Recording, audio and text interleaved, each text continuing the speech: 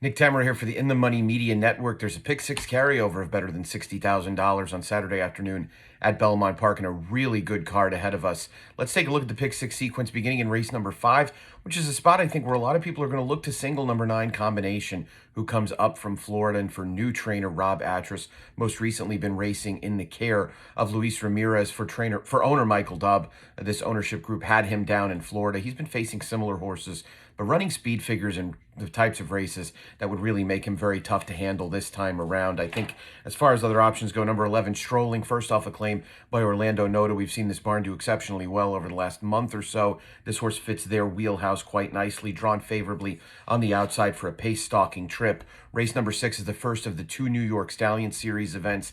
This is one I think where you have to be a little bit more liberal, I would say, in which horses you want to use. I would go 3 deep. Number 3, Shaker Shack. Number 6, Big Time Lady. And number 10, Ava's Grace. All look like win candidates to me. Ava's Grace is going to be the shortest price of those 3. If you were looking to weight them a little bit, I would probably try number 3, Shaker Shack, and number 6, Big Time Lady as A's. Use the 10, Ava's Grace, more so as a backup. The 7th is a pretty tricky $40,000 claimer going long on the turf. Number 5, Attentive, is clearly the one to beat, in my opinion. Gets Joel Rosario back on board off of a recent second-place finish where he stalked a slow pace, ended up making a bit of a move late. 2 back at the $25,000 level, was victorious with Rosario aboard. Figures to get a similar trip this time around. Number 3, Clear Vision, very interesting to me for Jeremiah O'Dwyer. This one's got a ton of back class, a lot of good form on the turf, looks to be getting into the right spot from both a class and distance perspective. The big concern here for me would be pace, as it doesn't look like this race is exactly loaded with speed, and he is a clear late running type.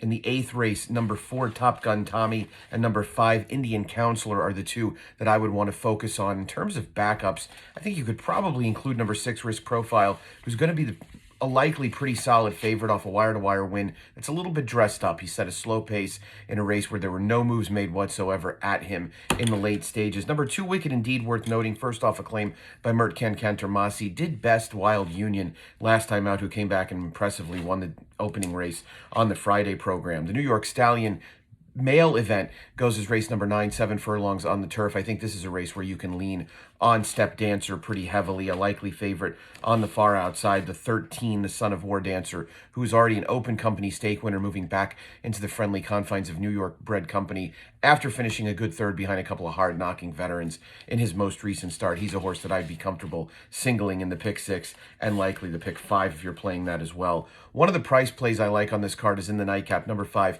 Pal Saratoga Gal, third-time starter who most recently didn't get out of the gate well, and then ended up getting simply kind of cuddled around the track by jockey Eric Cancel. Now comes back with a new rider in Jose Lezcano, gets Lasix for the first time. This is a horse who's also been on the wrong part of the surface in each of his first 2 starts and has a big chance to show improvement here with a cleaner trip. He's also facing, I would say, a drastically weaker group of horses. She is facing a drastically weaker group of horses than she has in those 2 prior outings, and figures to be a major player from start to finish with a clean break. We've seen Jose Lezcano do extremely well in recent weeks riding horses aggressively. Number 2, Obla D, is going to get back on a fast track. This horse obviously does not prefer wet surfaces, has been better in 2 of 4 starts on fast surfaces. I think you're going to want to include her as well.